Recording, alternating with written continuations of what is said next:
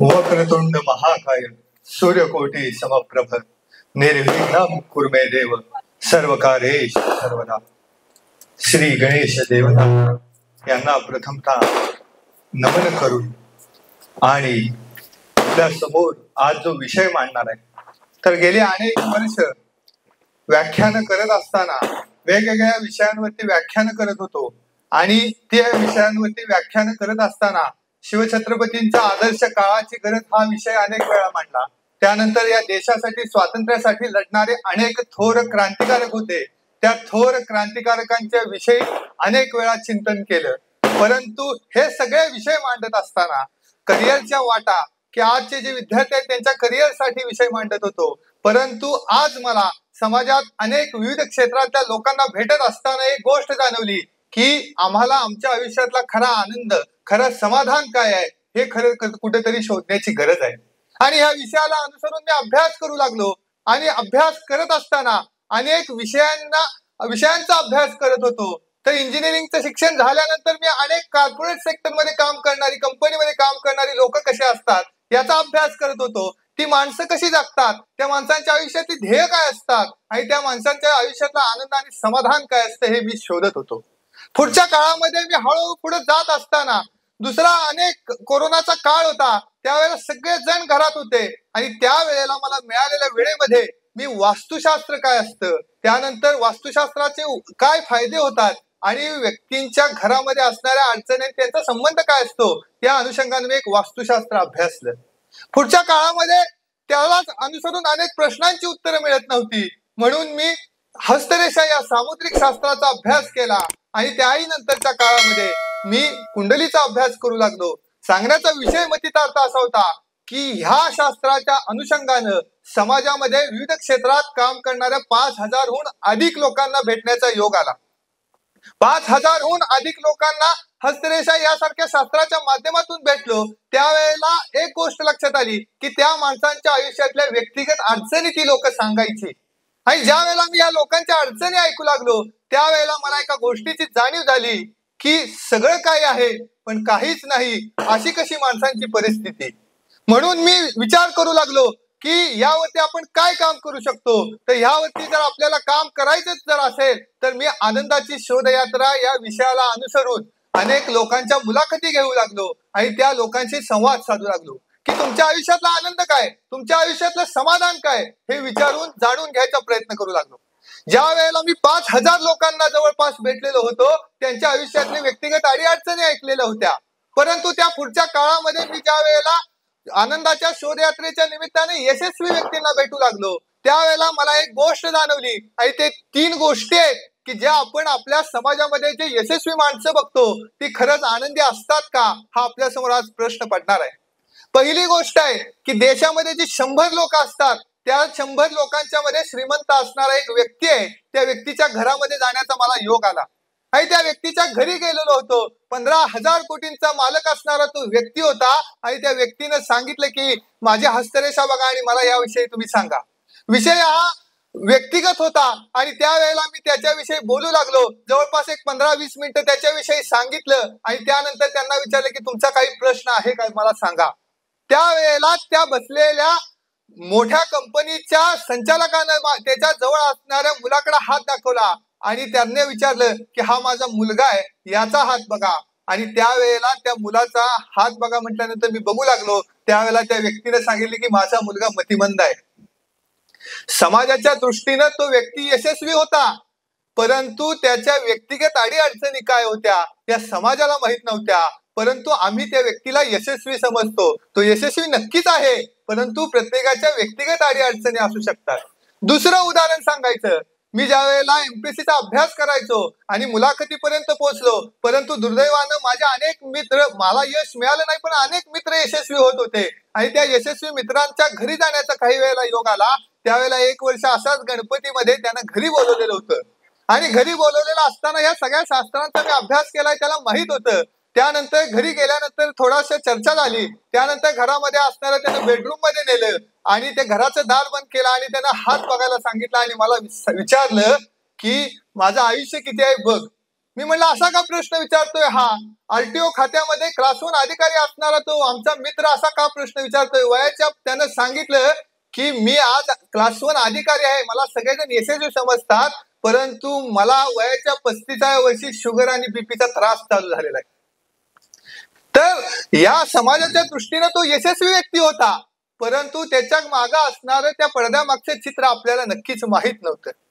तिसरी गोष्ट सांगतो, काही दिवसांपूर्वी तो व्हॉट्सअप कॉलमुळे आपल्याला इंटरनॅशनल कॉल येतात. तर मला त्या व्हॉट्सअपवरती कॅनडातून कॉल आलेला होता आणि त्या कॅनडामध्ये उच्च पदस्थ एका असिस्टंट कमिशनरची मुलगी तिथे शिकत होती आणि त्या असिस्टंट कमिशनर साहेबांची मुलगी तिथे शिकत असताना त्या मुलीनं वडिलांच्याकडून नंबर घेऊन फोन केला आणि तिनं सांगितलं की माझं वय वर्ष 30 झालेलं आहे, परंतु माझी आता नोकरी इथं गेलेली आहे आणि माझ्या लग्नाची खूप अडचण आहे. मग मी काय करावं या परिस्थितीत? इकडं आई वडील मात्र समाजाला सांगत होते की माझी मुलगी परदेशात शिकते, परंतु त्या मुलीची व्यक्तिगत अडीअडचण काय आहे हे माहीत नव्हतं. या सगळ्या तिन्ही गोष्टी बघितल्यानंतर मी तुमच्या समोर एक सिद्धांत सांगणार आहे की ह्या तिन्ही गोष्टी मी बघितल्या त्यावेळेला मला एक सिद्धांत उमगला. तो सिद्धांत असा आहे, हा लक्ष देऊन जर ऐकलं तर तुम्हाला लक्षात येईल की हा सिद्धांत असा आहे की यशस्वी माणसं आनंदी असतीलच असे नाही. यशस्वी माणसं आनंदी असतीलच असे नाही, परंतु आनंदी माणसं यशस्वी असतीलच असे नाही. की आता सांगितलेली सगळी माणसं यशस्वी होती, परंतु ती माणसं आनंदी नव्हती. परंतु एखादा सर्वसामान्य आयुष्य जगणारा माणूस आपल्या आयुष्यामध्ये आनंदानं आपलं आयुष्य व्यतीत करू शकतो, आनंदाने जगू शकतो, परंतु तो खरा आनंद आपला कुठेतरी गमावतोय का काय असं वाटू लागतं.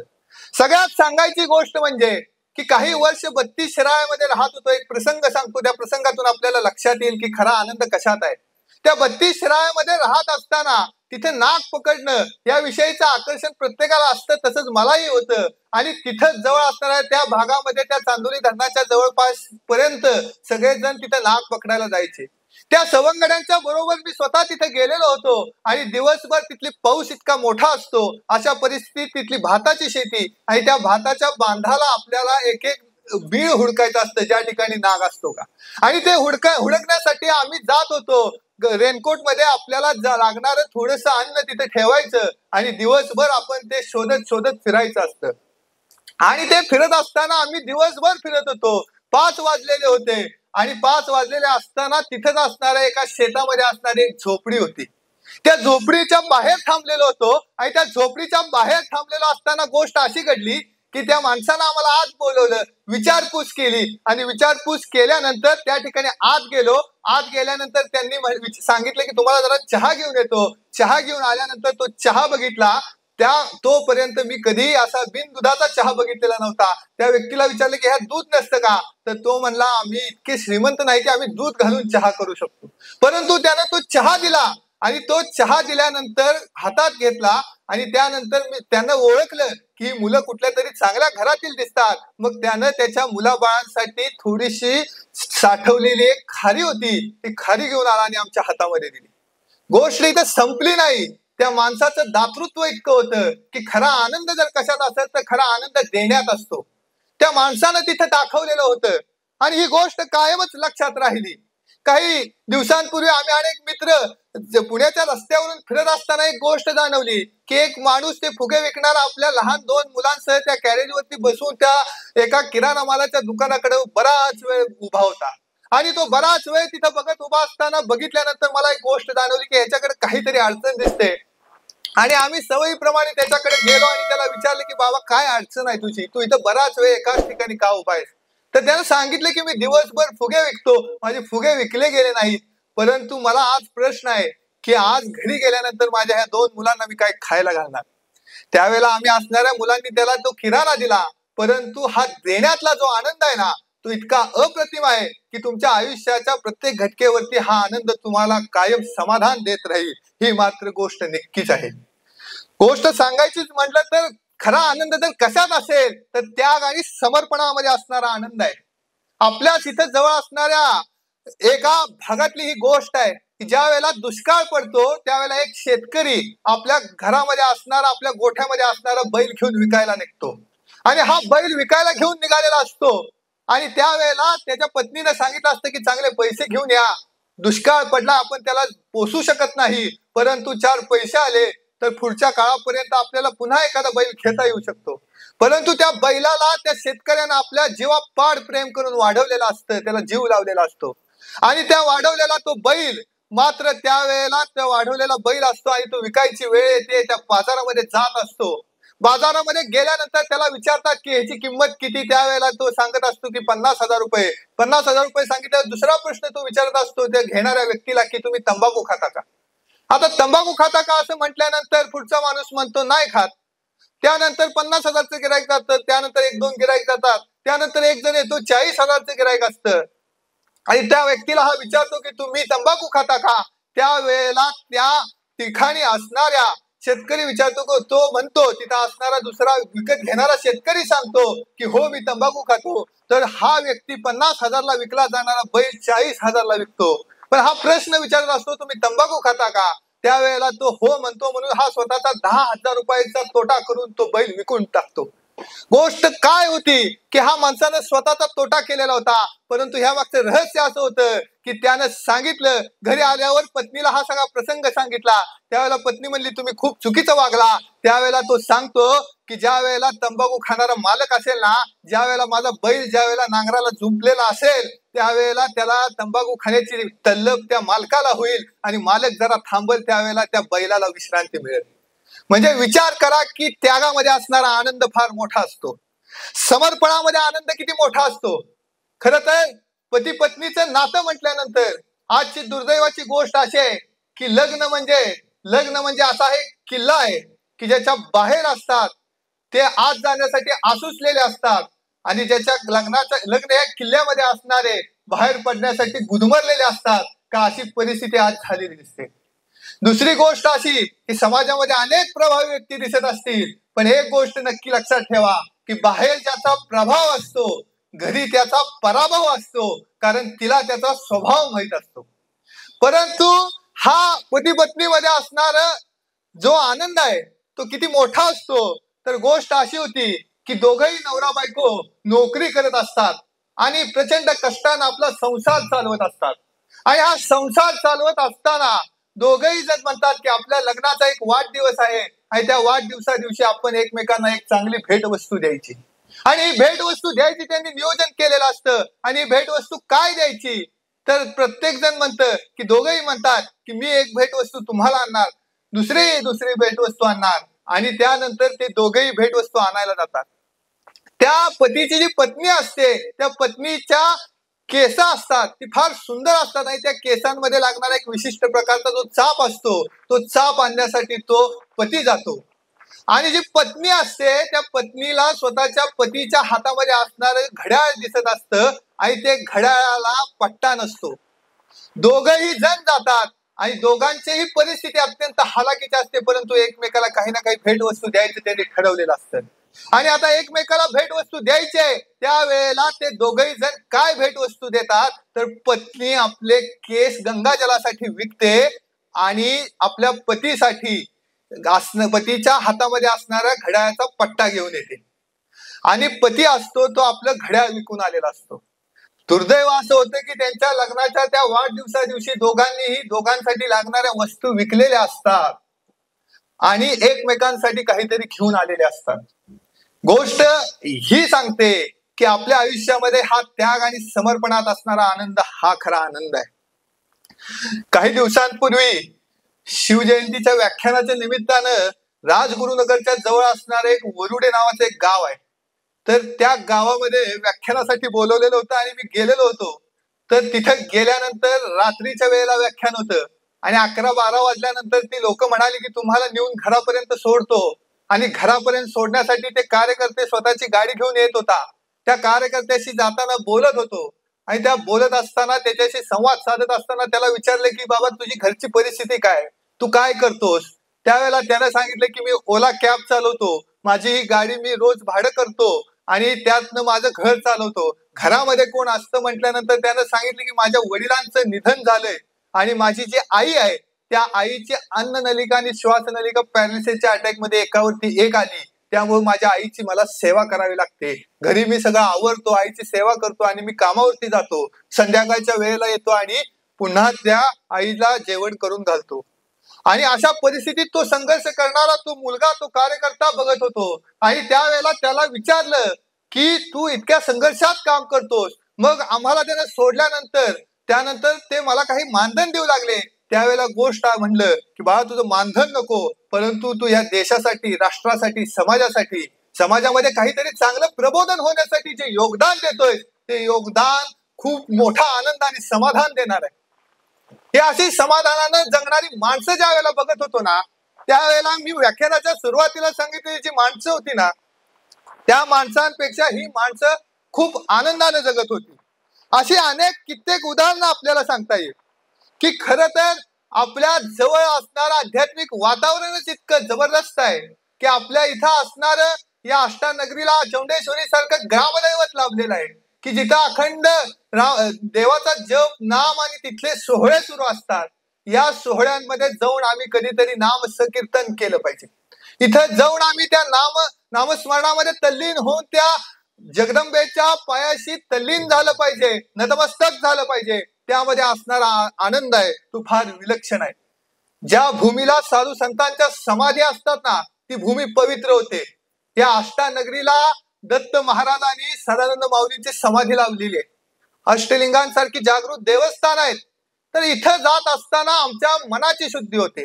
आपलं जे अंतःकरण आहे ते अंतःकरण जर शुद्ध असेल आणि ते अंतःकरण शुद्ध जर व्हायचं असेल तर ते कशाच्या माध्यमातून जर होत असेल ते नामस्मरणाच्या माध्यमातून होतं. आणि त्यामध्ये असणारा, त्या नाम संकीर्तनामध्ये असणारा आनंद फार मोठा आहे. काही दिवसांपूर्वी इथंच ईश्वरपूरमध्ये असणाऱ्या एका हॉस्पिटलमध्ये गेलेलो होतो. आणि हॉस्पिटलमध्ये गेल्यानंतरची गोष्ट अशी होती की तिथं गेल्यानंतर त्या आयसीयू मध्ये जाण्याचा योग आला. तिथं गेल्यानंतर तिथं असणारे 30-40 लोक आपल्या मृत्यूची आलोचना करत होते की आम्हाला कधीतरी मृत्यू लवकरात लवकर यावा. त्यावेळेला मी विचार करत होतो की माणसाच्या आयुष्यात जर ही परिस्थिती जर येत असेल तर ह्याच्यावरती उपाय काय. त्यावेळेला मला एक उपाय मात्र ब्रह्मचैतन्य गोंदावलेकर महाराजांच्या एका प्रवचनात गोष्ट अशी होती की ज्या वेळेला एक पेशंट असाच त्याच्यावरती वेळ येते, परंतु त्याच्यावरती संस्कार असतात, नामस्मरणाचे संस्कार असतात. तो माणूस नामस्मरण करत करत त्या आयसीयू मध्ये जातो आणि पुन्हा त्या कोम्यातनं बाहेर येत असताना सुद्धा नामस्मरण करत येतो. म्हणजे आपल्याला हे हरिनाम, हे भगवंताची सेवा आपल्याला किती मोठा आनंद देते, ही गोष्ट मात्र सगळ्यांनी लक्षात ठेवण्यासारखी आहे. आपल्या सगळ्यांच्या मध्ये सगळ्यात एक मोठी भावना असली पाहिजे की आपण ज्या वेळेला या देशाच्या, राष्ट्राच्या आणि समाजाच्या कामी येतो त्यावेळेला मिळणारा आनंद हा फार मोठा असतो. हे गोष्ट काल्पनिक आहे परंतु अत्यंत सुंदर आहे. ज्या वेळेला एका जंगलाला आग लागलेली असते आणि आग लागल्यानंतर सगळे पशु, पक्षी, प्राणी हे सगळे पळून निघालेले असतात. आणि हे पळून जात असताना एक छोटीशी चिमणी असते. ती छोटीशी चिवताई काय करते तर आपल्या चोचीमध्ये जितकं पाणी साठेल तेवढं पाणी घेऊन जाऊन विझवण्याचा ती आग प्रयत्न करत असते. ती चिमणी ज्या वेळेला थोडस पाणी घेऊन ती विझवण्याचा प्रयत्न करत असते त्यावेळेला त्या चिमणीला एक व्यक्ती भेटतो आणि त्या व्यक्ती विचारतो की काय चिमणी, असे काय काम करतेस की तुझ्या एवढ्याशा पाण्याने ती आग, जंगलाची आग विझणार आहे. त्यावेळेला त्या चिमणीने दिलेलं उत्तर फार सुंदर आहे. ही गोष्ट काल्पनिक आहे परंतु ह्यातला मतितार्थ फार मोठा आहे. त्या चिमणीने दिलेलं उत्तर असं होतं की ज्या वेळेला जंगलाला आग लागल्यानंतर सगळे जण पळून जात होते त्यावेळेला मी ती आग विझवण्याचा प्रयत्न करत होते. आज समाज माध्यमातून, सोशल मीडियाचं प्रस्त इतकं वाढलेलं आहे की अशा वेळेला असे कार्यक्रम आयोजित करणं म्हणजे त्या चिमणीचं काम केल्यासारखं असं वाटत राहतं. की आज कार्यकर्त्यांचा अट्टहास आहे की आज माणसं जमत नाहीत कारण माणसांना प्रबोधनाच्या गोष्टीपेक्षा टीव्हीवरच्या काल्पनिक गोष्टीमध्ये रस जास्त वाटतो. आणि ही समाजाची दुर्दैवी अवस्था अशी असताना आपल्यासारखे चांगले कार्यकर्ते असे कार्यक्रम आयोजित करतायत, ही खरं तर एक अभिनंदनाची बाब म्हटली तरी वावगी ठरणार नाही. सगळ्यात महत्वाचं की असे अनेक उदाहरणं सांगत असताना आजच्या काळामध्ये आपण स्वतःचा आनंद, स्वतःचं समाधान गमावतोय का काय, आणि हे कोणत्या कारणांमुळे गमावतोय. तर सगळ्यात एक गोष्ट, मी काही कारणं मला जाणवली की समाजामध्ये काम करत असताना, अनेक लोकांशी संवाद साधत असताना ती कारणं कोणती होती. तर सगळ्यात महत्वाचं कारण आहे की मी भाषणाच्या उत्तरार्धाकडे आलेलो आहे. अगदी थोडक्यात मी ती कारणं सांगून भाषणाचा शेवट करणार आहे. की सगळ्यात महत्वाचं कारण की आम्ही आमच्या आयुष्यात आनंदी का राहत नाही, तर सगळ्यात महत्वाचं कारण की आम्ही दुसऱ्याची तुलना सगळ्यात जास्त करतो. की आम्हाला आमच्या गल्लीमध्ये, आमच्या गावामध्ये, आमच्या परिसरामध्ये एखाद्या घरापुढे जर चारचाकी गाडी आली तर आम्हाला त्याचा आनंद होत नाही, ही दुर्दैवाची गोष्ट आहे. मी अनेक लोकांच्या प्रतिक्रिया ऐकलेल्या आहेत की ज्या वेळेला अशी गोष्ट घडते त्यावेळेला आमच्या पोटामध्ये गुदगुल्या व्हायला लागतात. तर ही गोष्ट सगळ्यात दुर्दैवी आहे की आम्ही दुसऱ्याची तुलना करतो. प्रत्येकाचं आयुष्य वेगळं आहे, प्रत्येकाची ध्येय वेगळी आहेत, प्रत्येकाची परिस्थिती वेगळी आहे आणि ही वेगळी असताना आपण दुसऱ्याची तुलना करून स्वतः दुःख ओढावून घेतो. ह्या गोष्टीचा प्रत्येकानं साकल्यानं विचार करण्याची गोष्ट आहे की आपलं अंतःकरण उदात्त असलं पाहिजे. आपल्या परिसरामध्ये एखाद्याची चांगली गोष्ट घडत असेल तर त्याचा आपल्याला अंतःकरणामध्ये पूर्ण आनंद झाला पाहिजे की त्याचं चांगलं होतंय, ही चांगली गोष्ट आहे, तो संघर्ष करतोय, तो कष्ट करतोय, तो प्रयत्न करतोय, तर त्या गोष्टीचा आनंद आपल्याला सुद्धा असला पाहिजे. आपणही ताकदीने संघर्ष केला पाहिजे, प्रयत्न केले पाहिजे. तर ह्या विचारांनी प्रेरित आपण झालं पाहिजे.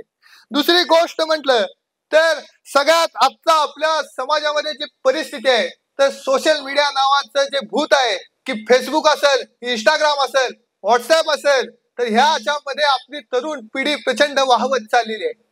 गोष्ट अशी सांगतात की आज आपल्या तरुणांचं जर स्क्रीन टाइम प्रत्येकानं जर चेक केलं तर ते स्क्रीन टाइम 6 तासापेक्षा जास्त वाढलेला आहे. की आपण दिवसातले 8 तास झोपलेलो असतो, राहिले 16 तास, त्या 16 तासातले 6 तास प्रत्येक जण मोबाईल वरती असतो. आता जर आपण मोबाईल वरती इतका काळ जर घालवणार असलो, व्यतीत करणार असलो, तर आपण आपल्या कामामध्ये किती लक्ष देणार.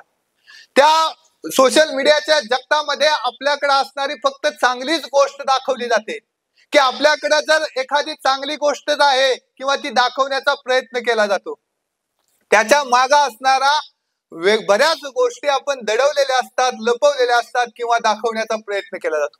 आज माझ्या समोर अनेक मुलं आहेत की वयाच्या 18 वर्षापेक्षा जास्त कमी वयाची मुलं आहेत, ती कंटेंट क्रिएशन मध्ये गेलेली आहेत. ती काहीतरी आपण रील बनवायची, काहीतरी आपण चांगला वेगळा डान्स करायचा, त्या इंस्टाग्राम वरती टाकायचा आणि त्याला किती लाईक्स मिळतात याचा विचार करायचा. हा फार गंभीर रोग झालेला आहे. कारण आपल्याला सांगायची गोष्ट अशी की कंटेंट क्रिएशन हे 18 वर्षांपेक्षा 10वी-12वीच्या विद्यार्थ्याचं काम असू शकत नाही, कारण त्याच्यासाठी खूप अभ्यास आणि साधना करावी लागते. ती साधना आपल्या मुलांकडे नाहीये आणि दुर्दैवाने ती आपली मुलं मात्र त्याच्यावरती जाऊ लागली. आता दुसरी गोष्ट, हे जे निर्माण करणारी माणसं आहेत, तर त्या माणसांनी कशा पद्धतीने निर्माण केले की आपण तिथं सातत्यानं तेच तेच बघत राहिलो पाहिजे.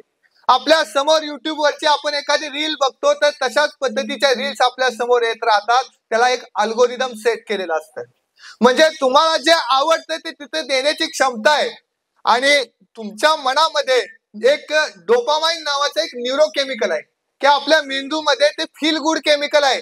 ते फील गुड केमिकल काय होत असतं, तर ते आपण ज्या वेळेला एखादी रील बघतो त्यावेळेला ते स्त्रवत असतं, म्हणजे आपल्याला आनंद वाटत असतो, बरं वाटत असतं. तर तेच डोपामाइन ज्या वेळेला आपण एक रील बघतो त्यावेळेला ते थोडंसं होतं, परंतु ते एक रील बघून मजा येत नाही, परंतु त्यानंतर 2 रील होतात, 3 रील होतात आणि त्या हळूहळू त्या रील्सची संख्या वाढत जाते. आपण जर विचार केला आणि दिवसाच्या शेवटी जर आपण आपलं जर स्क्रीन टाइम चेक केलं तर आपल्याला नक्की समजेल की आपला वेळ किती त्या रील्स बघण्यामध्ये गेलेला आहे. आज आमची तरुण पिढी याच्या आहारी जाते आहे, हे आमच्या समोरचं खूप मोठं आव्हान आहे की आमचा समाज आज याच्या आहारी निघालेला आहे. सोशल मीडिया नावाचं भूत हे कसं उतरवायचं ह्याच्यावरती अनेक संशोधक काम करतायत की आज आमच्या मुलांच्या मध्ये असणारं चिडण्याचं प्रमाण वाढत चाललेलं आहे. आज लवकर राग येतो, लवकर माणसाचं आनंद सुद्धा लगेच विरून जातो. तर ही गोष्ट मात्र सगळ्यांनी लक्षात घेतली पाहिजे की एक गोष्ट नक्की लक्षात ठेवा की सगळ्यात शाश्वत आनंद काय असतो याच्याविषयी मी सांगितलं की मला आठवतंय की जर तुमच्याकडे 2 व्हीलर गाडी नसेल तर ती 2 व्हीलर गाडी येते, त्यानंतर आपल्याला महिनाभर चांगलं वाटतं. आपल्याकडे चांगलं घर नसेल तर आपण घर बांधतो, 6 महिने वर्षभर बरं वाटतं, परंतु त्याच घराला पुन्हा लोटायचा कंटाळा येऊ लागतो. आपल्याकडे जर 4 चाकी गाडी नसेल तर ती 4 चाकी गाडी येते, महिनाभर बरं वाटतं, परंतु त्याच्यावरती पुन्हा फडकं मारायचं सुद्धा जावं वाटत नाही. म्हणजे या भौतिक गोष्टीतून मिळणारा जो आनंद आहे तो शाश्वत आनंद नाही, हे मात्र या ठिकाणी आपल्याला नमूद करावं लागतं. मग खरा आनंद काय आहे, खरं समाधान काय आहे, तर मी आपल्याला सांगितल्याप्रमाणे त्याग आणि समर्पणातून मिळणारा जो आनंद आहे तो खरा आनंद आहे.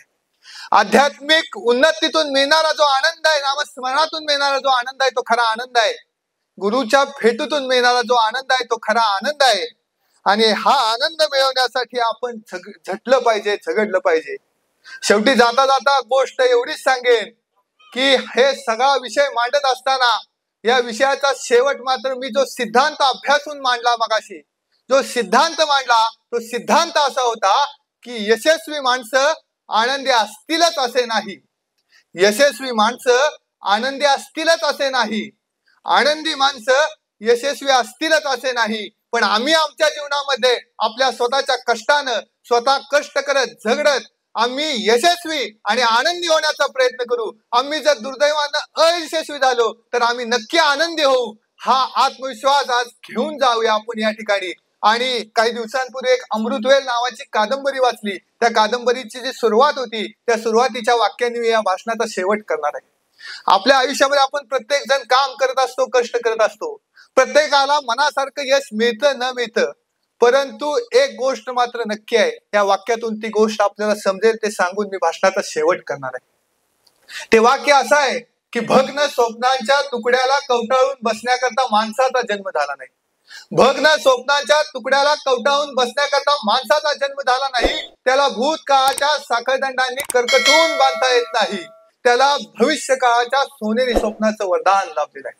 एखादं स्वप्न पाहणं, ते स्वप्न पूर्ण करण्यासाठी झटणं, झगडणं, कष्ट करणं यात मानवी जीवनाचा अर्थ सामावलेला आहे. पण दुर्दैवाने एखादं स्वप्न जर भग्न पावलं तर भग्न स्वप्नाच्या तुकड्यावरून रक्ताळलेल्या पावलांनी चालत चालत पुन्हा ते नवीन स्वप्न पाहणं, पुन्हा ते स्वप्न पूर्ण करण्यासाठी झटणं, झगडणं, कष्ट करणं यातच मानवी जीवनाचा अर्थ सामावलेला आहे. आपण खरोखर इतका वेळ सगळ्या जणांनी हे भाषण ऐकलं त्याबद्दल सर्वांचे खूप खूप आभार.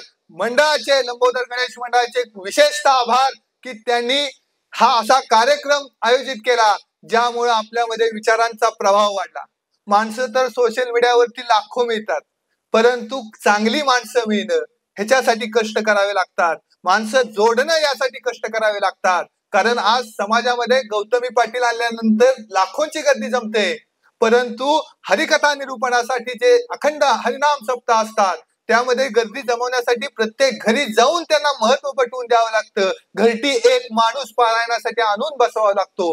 आणि कारण चांगलं असतं ते वेळ खातं आणि जे खोटं असतं ते सहज खपतं. हा इतिहास आहे.